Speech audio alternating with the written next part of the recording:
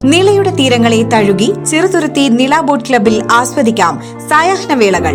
River സഫാരിക്കായി kayaking, boating, വഞ്ചി safari, swan pedal സർവീസുകൾ. രുചി വൈവിധ്യങ്ങളുമായി വിപുലമായ ഫാമിലി റെസ്റ്റോറന്റ് സൗകര്യം. വിനോദത്തിനായി kids park, play ground, horse riding, water pool. Nila Boat Club. Thiruvilwamala Parakkottukavu താലപ്പൊലിയുടെ ഭാഗമായി കടകളിൽ കയറി കൊട്ടും പാട്ടുമായി 49കാരി സീതക്ക. ഞാൻ വെറുമൊരു പാമരനാം പാട്ടുകാരൻ ഗണലുകളിൽ നീളമോതുമാട്ടിടയൻ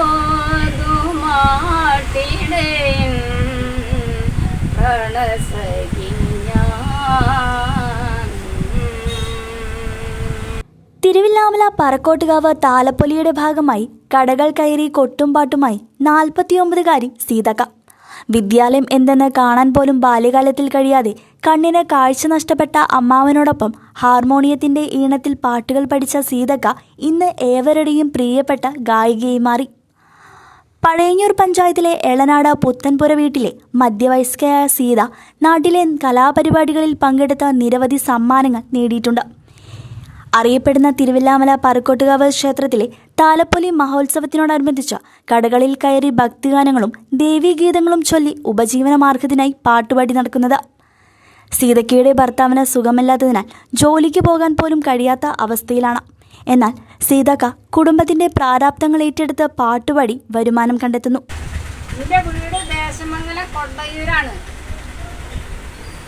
ദേശമംഗലം കൊണ്ടുവരാൻ എൻ്റെ വീടുണ്ടായിരുന്നത്. അവിടുത്തെ എൻ്റെ അച്ഛൻ മരിച്ചു, അമ്മ മരിച്ചു. അപ്പം നോക്കുമ്പോൾ ഞങ്ങൾ ആ സ്ഥലം വിറ്റു. എൻ്റെ ചെറിയ ഞങ്ങൾ ആ സ്ഥലം വിറ്റു. ആയിക്കോട്ടെ.